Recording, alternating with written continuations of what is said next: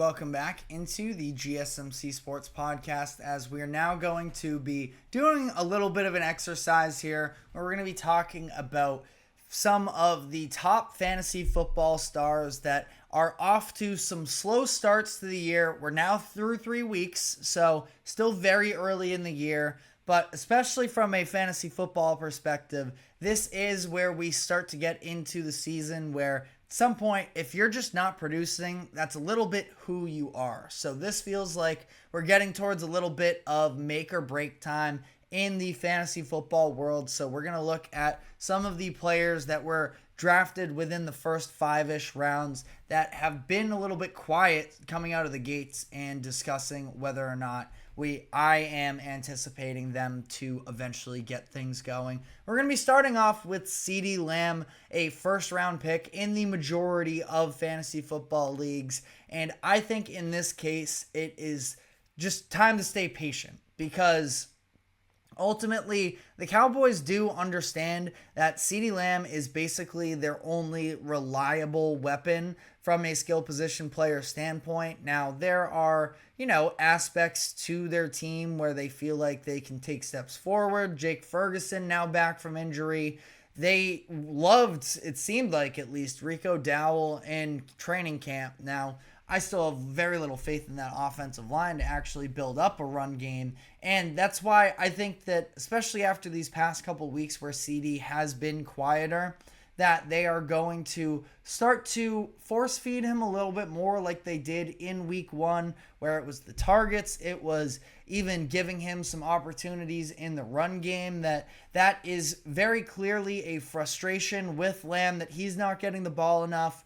This is a Cowboys team that just in the offseason, basically their only moves were to pay Dak Prescott and CeeDee Lamb. They need to get that relationship back on track after the little bit of an outburst that Lamb had towards Dak Prescott in last week's game against the Ravens. So I would stay patient with him. I think that he is going to be just fine. Travis Kelce, on the other hand, I would be panicking about. Now, Kelce is somebody that I didn't really have faith in coming into the season in terms of a fantasy football perspective, and I don't know how much better it is going to get. Now, if you're telling me Travis Kelce, the player, is eventually going to be more of an impact, I'll hear you out on that, especially once the playoffs come around. I don't necessarily think that he's going to be able to make the plays in the big moments like he has for a couple years now. If you remember back to last season, Kelce was it wasn't even off to a slow start. It was after about a couple months around that Giants game that the Chiefs had, where he started to fall off of a cliff and really wasn't all that impactful down the second half of the season.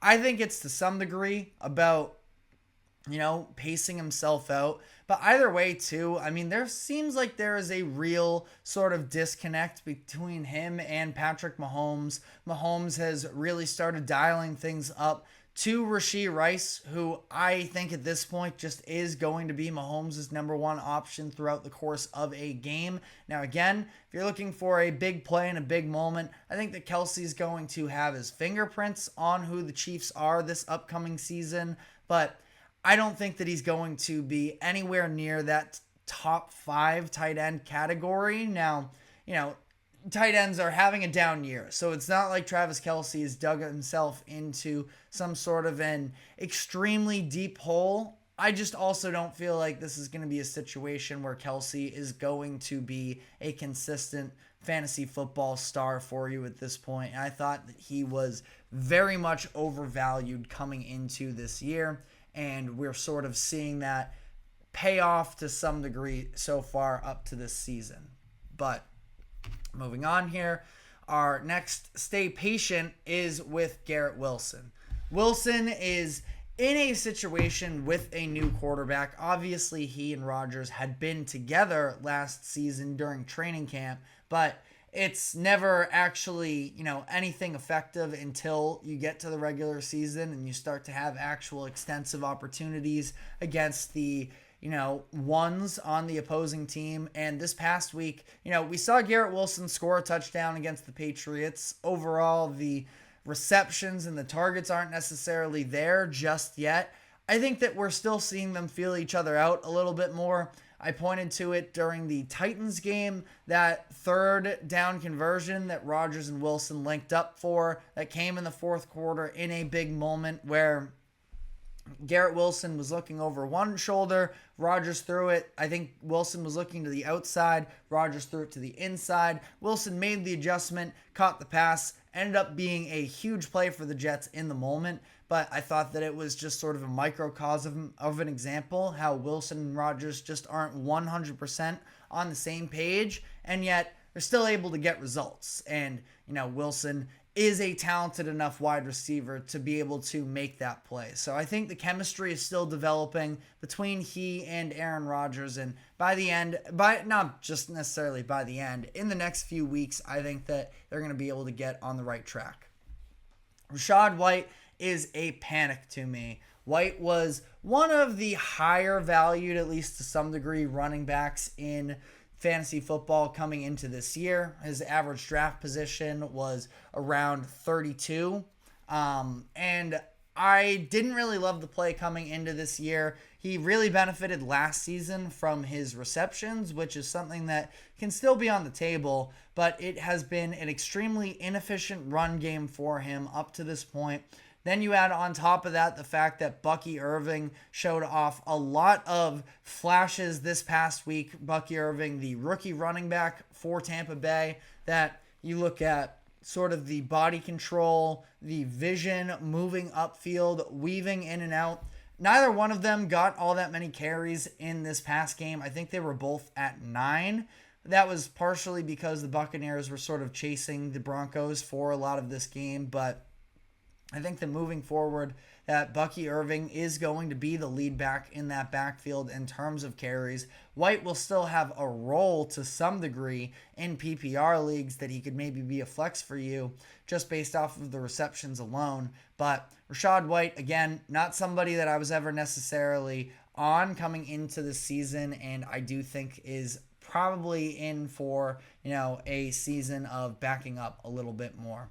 Brandon Ayuk, another player that obviously is in a situation where, especially more so like Kelce, is under fire to some degree based off of the offseason that they had. Kelce, people are so worried about what he does off the field with him and Taylor Swift and everything along those lines. I think that Ayuk is obviously a different situation because of the contract holdout, but because both of them were very loud in their own separate rights during the offseason, that a lot of people are sort of turning on them based off of how things have gone up to this point.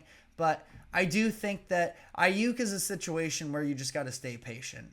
I know that, his rookie season was a little bit quieter, but since late in the season of his rookie year till now, Ayuk has been a consistent go-to guy for this 49ers offense, and I have a really hard time imagining he's just gone all of a sudden and that he's not going to be able to, work his way back into it. It's disappointing for sure, the fact that he's actually one of the few pass catchers that's out there for the 49ers this past week against the Rams and wasn't able to do all that much. Caught just 5 of his 10 targets for 48 yards. That is nowhere near good enough, and I would be maybe a little bit more, as opposed to some of the other names we just talked about in CeeDee Lamb, and the other name we threw out there was Garrett Wilson. I'd be maybe a little bit more panicked about Ayuk, the fact that he hasn't taken advantage of having more opportunities.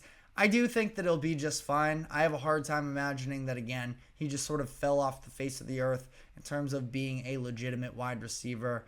But, 49ers fans themselves, if I'm a fantasy football owner, I'm not panicking. If I'm a 49ers fan, I'm probably a little bit more nervous there, but that's a whole different discussion there. We're sticking strictly to fantasy here. And the last player here, Mark Andrews. I'm in panic mode. I think, most people would have said this after week 1, and it's just sort of continuing on that trajectory. You're talking about somebody who had the most devastating injury of his career last year, then was involved in a car crash this past season, And there is also another tight end in the same room with him that, Isaiah Likely, it's not like he's been super consistent himself, but he's another player that is eating up targets. And then on top of that, all of that as well, I think the Ravens are going to go way more back to their original identity of running the ball more. And I just don't think that Andrews at this point is going to be involved at all in the same capacity. Now, it's not like he is going to be, terrible and he's going to be a non-factor. I mean, he's still a positive impact player on this Ravens offense. You look at what he does from a blocking perspective, that it's not that he's entirely washed and that he's never going to be a good football player again. The days of him being an elite fantasy football option, though, do seem to be out of the picture, in my opinion. But let me know what your thoughts are in the comment section, as we are going to be headed into our final segment of the day. We are going to be just talking about some key NFL injury updates headed into this upcoming weekend. So we're going to be diving into that. But first, our final break of the show. Do not go anywhere. We will be right back.